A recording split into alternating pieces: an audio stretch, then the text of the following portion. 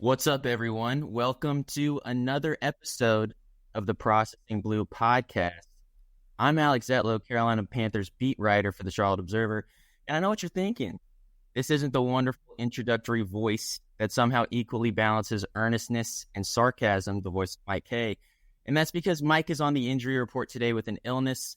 He'll be sitting out this podcast. We need to get him ready for this week. He's got to travel to the Mile High City. But joining me today is Andy Dalton. Oh, I'm just kidding. That'd be cool, though. It's another veteran, our columnist, Scott Fowler. And Scott, pleasure to be with you. First question, is it an honor of a lifetime to be back on the Processing Blue podcast? Oh, for sure. I've been banished from the podcast for some very bad things I said last year, I believe. And so this is my return. I'm sure it's going to be a return to glory. I forgot what I said last year, but this is my first appearance in 2024, so I'm sure the Panthers will probably turn it around as well because of me being there. Absolutely. I mean, you've been hopping on the Dan Patrick Show. People know you from charlotteobserver.com. And we're gonna get into a lot of things that will be uncomfortable to talk about if you're a Panthers fan. So, Scott, do we anticipate any positivity coming from your end, or should we just get into it? Well, it's a nice time of year, beautiful outside. I love October, my favorite month in the Carolinas. So there might be a glimmer of positivity, but not a lot. No, Alex, not a lot. You saw it firsthand last week in Washington. I wasn't there, only watching it on TV, but you had a firsthand look at that game, and wow, it was brutal. Let's just get into this Washington game real quick. Like Scott said, I was there. I was out on the field to be there to take in the atmosphere. It was a beautiful day. I also caught the Charlotte FC game the night before, which was really cool.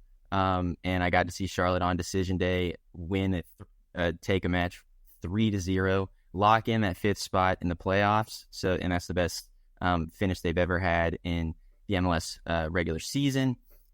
I get to ride a bike around the National Mall on Sunday morning because the game was a 4 p.m. start, and that was really fun. I got to hang out with Thomas Jefferson and Abraham Lincoln and FDR and all those dudes.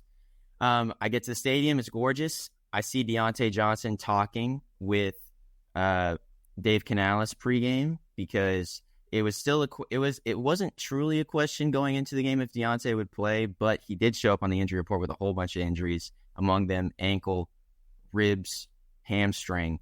But everything felt good. It was a beautiful day. And then the game started, and then this fragile Panthers offense had one thing go wrong on this very fragile Panthers team. And that one bad thing was Andy Dalton, instead of dirtying the ball on a screen pass to Miles Sanders, throws it in the hands of Dante Fowler, a linebacker for the Commanders, and he takes it 67 yards for a pick six, his first pick six of his career. And then the game kind of gets out of hand from there. I know it's kind of crazy to think about, but the game it wasn't over from there because the margin on the scoreboard wasn't that bad. But Scott, watching from your perspective, and with how fragile this team has proven to be over the past couple weeks, was there almost a moment of, okay, this is it. This is how it's going to go today? Yeah, I think, and first of all, very happy to see Fowler's do well. So at least the right guy caught that ball and returned it for a Scott, I almost said your cousin, Dante Fowler. Yeah. No relation, but I wish he were, but he's not. You're right. Fragile's a good word for him. Like, I was watching, the Monday night game a little bit last night. A good team. They, Panthers got down 10-0 really fast. And so did Baltimore last night. Got down 10-0 really quickly against Tampa Bay, and then just, proved they're a great team and just smashed through the Buccaneers for the rest of it. Scored something like, 34 points in a row or something. That's what a decent or a good or a great team does. The Panthers can't do any of that stuff right now. So you're right. As soon as the house of cards, it's like more Jenga blocks, I guess. As soon as you pull one, they just all crumple right now. And that shouldn't have done it. a good team get down 7-0, that should not have mattered that much, but it did. And, the difference was really the offense. I thought the defense has looked horrible for most of the year, but the offense to only score 7, I mean, that's rough. That's just really rough. And that's what I think made it feel worse, is that they weren't even scoring a little bit like they had the week before to make it seem a little more palatable to watch. Absolutely. That's kind of what I keep going back to is it tolerable to watch this team? Is it tolerable to be a fan of this team this year? Yes, you can look at the total yards difference. Washington out yarded the Panthers 421 yards to 180. Yes, the passing game was so much better on the Washington side, which is something going into the game we probably expected, considering the fact that Jaden Daniels is having a rookie season of a lifetime right now. But guess what? Jaden played one series. Marcus Mariota was the quarterback who carved up this defense. The rush defense for the Panthers was awful. 214 yards rushing for the Commanders. In some ways, it looked like the Brian Robinson show out there, who is a guy that I don't think the casual fantasy football guy had starting this week, and he definitely should have. Just everywhere you look, the red zone defense, the penalties. I mean, the Commanders were penalized more than the Panthers for 8 penalties for 55 yards, and you wouldn't think that. It felt like the Panthers were making mistakes everywhere too. Obviously lost turnover battle, lost the explosive battle. Everything was bad. After the game, Mike wrote his grades as he always does, and there were a lot of F's on there. Naturally, I think he gave Chuba Hubbard and the run game a D, something like that, and that was largely because he didn't sustain any drives. I ran down what Dave Canales said immediately post game, and then I also wrote whatever players said in the locker room, which was essentially that this is the same story every week. The Panthers were reliving this same terrible nightmare from previous years, yes, but also from this year too. I mean, the defense was asked, hey, how difficult is it to play without all your starters back? And it's like, J.C. Horn was like, I mean, yeah, it's tough, but this is the same thing that we have to deal with every week. Yeah, we don't have 6 of our 7 front guys, with Shaq Thompson out, with Josie Jewell out, with Javion Clowney out, with DJ Wanham still on the injured reserve list, with Derek Brown out for the year, with Ashawn Robinson out. The Panthers just had Shai Tuttle as a planned starter in this game, but no one cares. It's the same story every week, as J.C. Horn said. Same story every week for Deontay Johnson, who only had 1 catch for 17 yards, and he responded in the same way, saying, "Guys, I'm not the quarterback.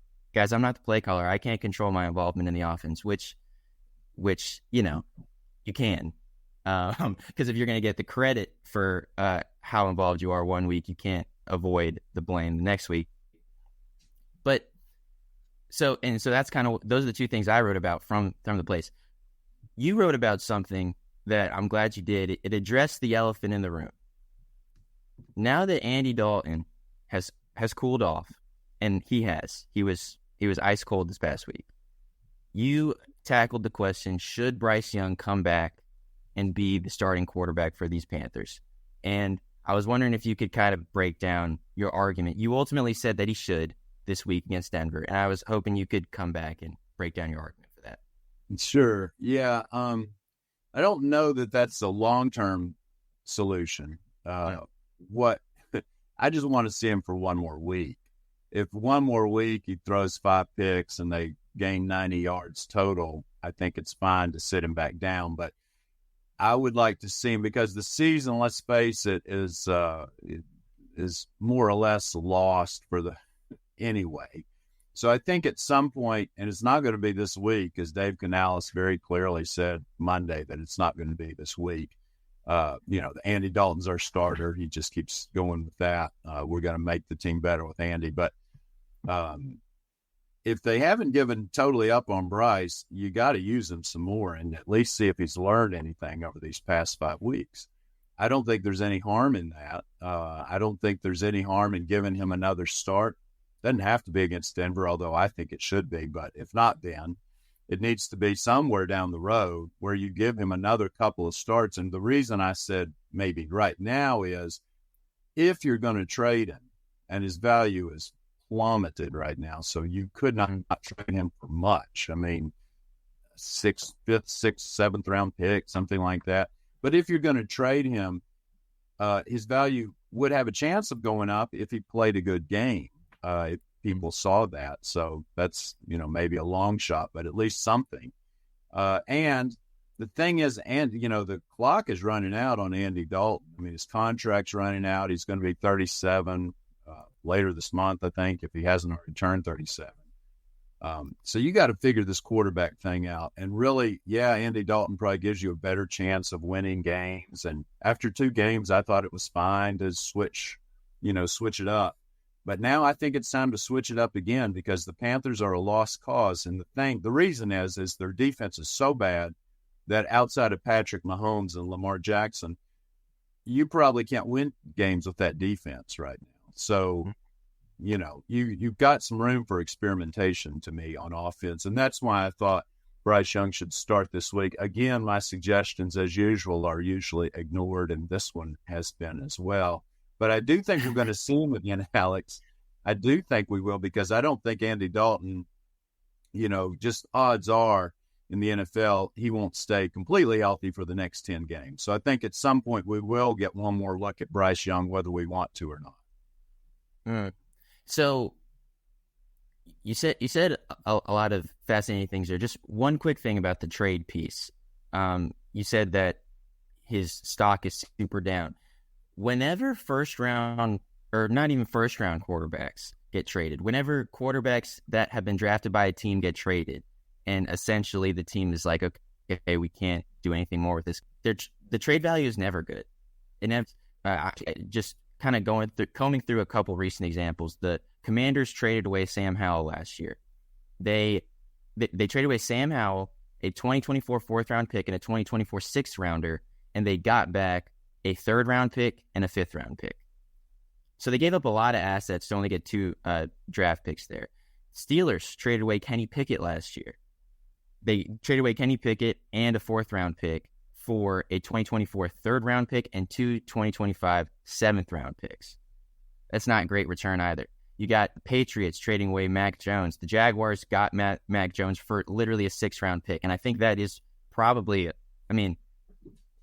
not to say that Bryce has gotten the chances that Mac Jones has had yet in Carolina, but that feels sort of like similar right now. I don't know your opinion on that. The Bears trade away Justin Fields. I mean, the Trey Lance situation over in 49ers. This does not feel the Panthers aren't going to get a haul no matter what for Bryce Young. No. So they're probably not trade. Yeah, they're probably not going to trade him in the next few weeks, I don't think. So, and I lay all that to say this, and we asked this to Dave yesterday. Are you sensitive to the questions of what are you going to do with Bryce, because the Panthers mortgaged so much of their future on him, and now he's sitting on the bench, and his draft and everything about him is kind of going down in the league's eyes. You say that he could get another shot at some point with this Panthers team. What needs to be the situation for him to get a shot? Is the only opportunity an Andy Dalton injury? Is that what you think? Well, it's the most likely opportunity. I don't think it's the only one. I think, coaches are prone to change their minds. And if Andy Dalton throws in another few clunkers, then maybe, you redo it. Or, they're 1-6 now. If they're 1-10, 1-11, they may decide to do it again. But right now, Dave Canales seems quite certain that he's going to continue to start Andy Dalton. So I don't think we're going to see this anytime too soon. You're right that the trade part of things, it's almost better to be on the other side of that. For instance, when the Panthers traded for Baker Mayfield, they only gave up a 5th round pick. So it is a buyer's market. And that may be the way the Panthers ultimately find their quarterback for 2025. I don't know, but If they don't end up drafting one, which I would argue you probably should draft one and trade for one, because quarterback, if you don't have that, it's a quarterback league. If you don't have that, it almost doesn't matter what you have. And now the Panthers not only don't have that, but they don't have, hardly anything else, which is why we're where we are. But yeah, I think we'll see him again. Will he be any better? I have my doubts, but I'd like to see it again. I'd like to see if it's going to be any better, and at least, it's this mop-up duty they're giving him. I probably would have used him at least a series earlier in this last game. He's getting one series and these 30-point blowout losses. I'd like to see him one more time just to make sure that all of us saw what we thought we saw. And one final point on this quarterback thing, and then we'll move on. We ask him, we ask him a bevy of questions about this quarterback question, because that's the thing that's most on Panthers fans' minds right now. And he ultimately intimates this is about Andy. This is about getting this offense ready under Andy Dalton's leadership. And where the dissonance for me is, there's this idea, it's unfair to Andy to constantly tug him in all these different ways about, okay, are you the starter, are you not, blah, blah, blah. But this is literally what Andy Dalton signed up to do when he came to Carolina. It is explicit that he came to Carolina to mentor the Panthers' next franchise quarterback. And so I know that Dave Canales didn't draft Bryce Young. I know that Dan Morgan was in the building, but he didn't have the final say. I know that Brant Tillis didn't have a final say when talking about who the quarterbacks drafted for the future.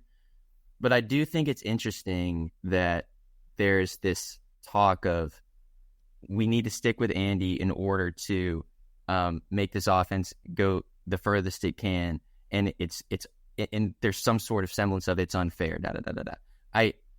Because this is literally what Andy signed up for. I don't know if you have any additional thoughts on that, but that's something that strikes me.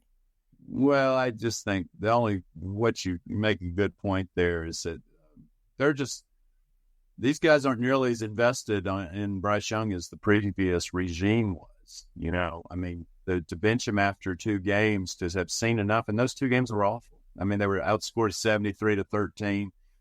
They were just awful. And so you could kind of understand it, but then not to retry it at some point. Yeah, you don't need to be fair to Andy Dalton. Andy Dalton understood exactly what he was getting into. I'm sure he probably thought he wasn't going to start a game all year, and now he's started 5, and he'll start a 6th against Denver. So Andy Dalton's a pro. He's going to do whatever you say. I think really what this is all about, Alex, is they're just trying not to be embarrassing, and they think, Andy Dalton has the best chance of getting them enough points to scrape out a couple more wins. So I think this is all about winning right now at the quarterback position. At other positions, I don't think that's necessarily what they're doing. But at quarterback right now, they're going with this grizzled veteran who is just not going to, long term is not going to be your quarterback. I would say move on. Let's figure out who the new quarterback is going to be as quickly as possible. But they're more of the mindset of, well, we're only, 3 games behind in the NFC South or whatever it is. We could still make a run. It's still possible. I'm saying there's still a chance. So I think that's where they really are right now. Scott, you heard it before. Ron Rivera, the one season where the Panthers made the playoffs without a winning record, things were looking really dire, and Ron kept saying to y'all, hey, we still have a shot. And it ultimately ended up working. So who knows? Maybe this. Yeah, but that was the year that everybody in the South was terrible. This year, Tampa Bay's the other. Tampa Bay and Atlanta are both pretty good. New Orleans is bad, but yeah, that's right. They were 3-8-1 that year, and then they won 4 games at the end and won the division at 7-8-1, which I don't think we'll ever see that again. But that's how they did it. Yeah. Okay. Of course, they had a quarterback too back then. Yes, of course. And while we're digging into the past, let's take our shovels and try to truly find rock bottom. Scott. Before I ask you this question, let me lay this out. The Panthers just notched their 8th worst loss in terms of point margin this past week. They lost by 33, which ties for 8th worst in franchise history. And then earlier this year, they notched their 4th worst loss in terms of point margin with a 37-point loss to the Saints in Week 1. So, and the Panthers are on pace to shatter the record for most points given up in NFL history. The current record holder for most points given up in a season are the 1981 Colts, who gave up 533 points through 16 games. The 1966 Giants gave up more points per game, but they had fewer games. Now the Panthers have a historically bad defense with 17 games to work with. And on top of that, they have all these offensive issues. They already got their win, so they won't be the first 0-17 team. But I wanted to ask you this. As someone who has seen all 30 seasons of the Panthers, or are like embarking on seeing their 30th season with the Panthers, is this the worst team in franchise history at this point, do you think? Not quite, I would say, but they definitely have a chance to surpass all that and dig the best, the deepest hole they ever have. To me, I've seen them all, and there's 4 teams that would be in contention. This one, last year's, so that's another one. 2010, when they had Jimmy Clausen as the quarterback, and they ended up at 2-14, and then 2001, where they were actually 1-15. So they were, they won the first game that year, lost 15 straight. But that team actually was pretty decent, had some decent talent on it. Steve Smith was on that team. He was just misused. And they scored a good bit. They just couldn't stop anybody. So you throw that team out, it's not them. So the other 3 possibilities are 2010 and then the last 2 years. Right now, I would go with 2010. And the reason is, while they did win the second game, Clausen was, to me, the worst quarterback the Panthers have ever had for a long term. I mean, he started a bunch of games, not just a few. Mm-hmm. And they would, those games to get to 7 was, to get to 3 or 7 or 10, that was like climbing Mount Everest. They were horrible offensively, worse than this team, a good bit worse than this team. And to me, that was the one time that I really, driving to Panthers games, would cringe, knowing what was coming. And I don't just emotionally don't quite feel that yet here. I'm, still kind of interested in some of the players on this team and how they play and stuff. But I'm not saying, if they keep sustaining 30-point losses, sure, they're in the running. I'll say that, whether for good or bad, they're in the running. Right now, my gold medal for worst Panthers team ever would go to 2010. They then drafted Cam Newton the next year. So that was the upside of that. If you're going to be bad, be really, really bad. Get the number 1 pick legitimately. Don't trade for it with half your team assets like they did for Bryce. And then make a great pick. And then all of a sudden you're good again, or at least, you're decent. And that's what happened the last time. That's what they need to happen this time. You do such a great job of making these terrible assertions feel hopeful. You use words like they still have a chance to be the worst team. That's right. Yeah. And if you're gonna be bad, be really bad, guys. Yeah. Well, no, that's true.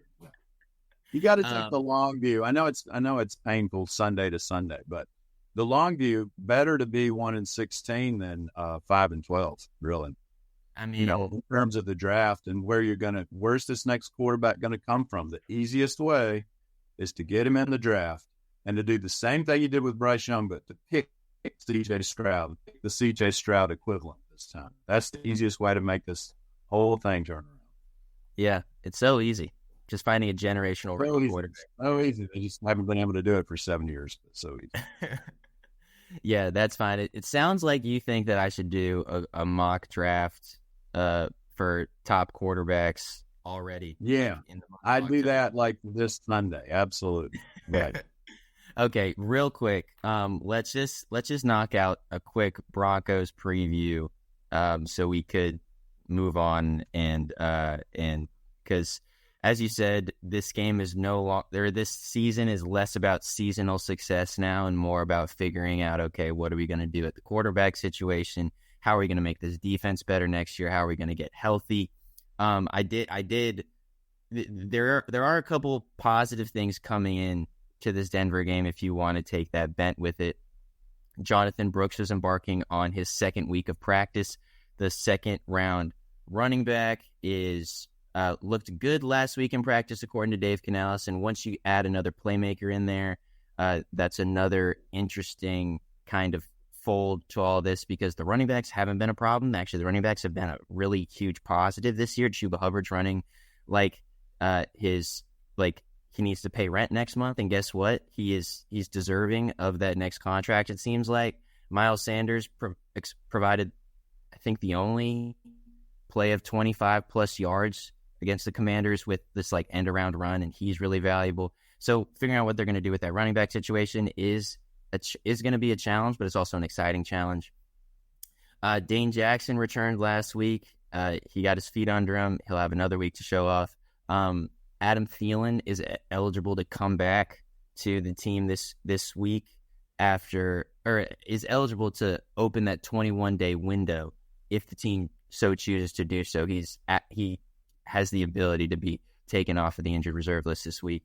So there are some positive this week, and Jadeveon Clowney said he was feeling better.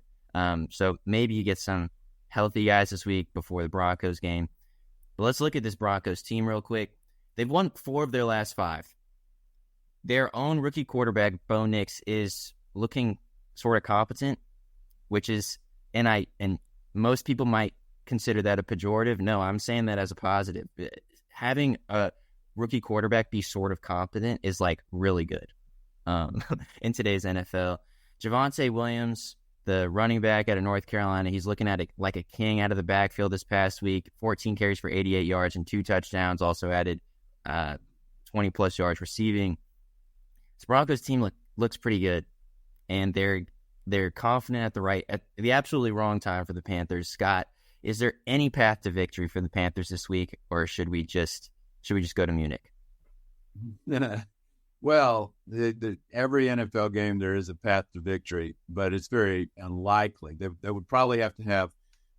I think what would have to happen is Bo Nix would have to have a poor game, and they would need to have 2 or 3 kind of cheap turnovers where Denver turns the ball over and gives them some chances.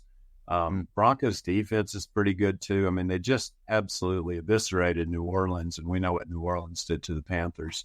And I watched some of that. Nix runs the ball better than I thought he did. He ran for 75 yards in that game. So he's another guy like Jaden Daniels who runs, which is problematic, to guard the quarterback running the ball. So it doesn't look good, but I think what would have to happen again is they just have to have something, weird would have to happen. Return a punt for a touchdown, get a pick six, something that I think the problem is the Broncos are just going to try to run, because right now the Panthers have, Broncos ran for 200 plus last game. Panthers gave up 200 plus, and that's kind of the MO that's happening with them right now. So they're not going to have to throw the ball very much if they just run Javonte Williams, for 6 yards a carry. So it would have to be strange.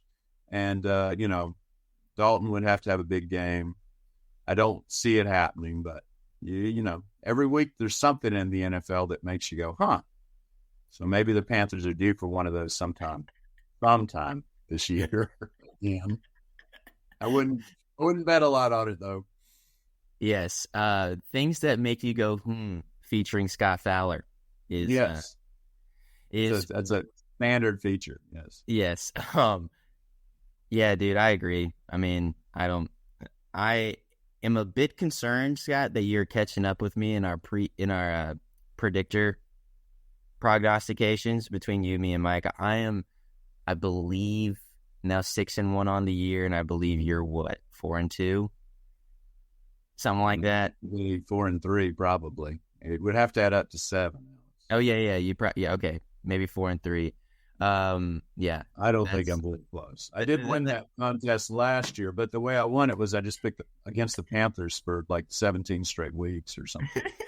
This year, unfortunately, I didn't follow my winning formula, and so I'm down a couple of games. But yes, congratulations to you. I'm sure there's a big prize for you at the end of the year for that, which you can hold on to by just picking the Panthers to lose every week. I think you'll probably be. Sky, it made me giggle. Okay. Well, I think we did a good job of surmising the Panthers' place in this point. I think we're ready to wrap up. You good, Scott?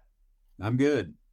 Thanks, as always, for listening to our pontifications on all things Panthers with normally Mike K, but this week Scott Fowler and myself and our wonderful producer, Zach. Please subscribe and follow us on Spotify, Apple Podcasts, or wherever you get your podcasts by searching Processing Blue. And if you watch us on YouTube, please subscribe to our YouTube channel and click on the bell icon to get notified whenever new episodes drop. And finally, please be sure to stick to charlotteobserver.com for all your Panthers needs. Stay humble, stay creative, and keep processing.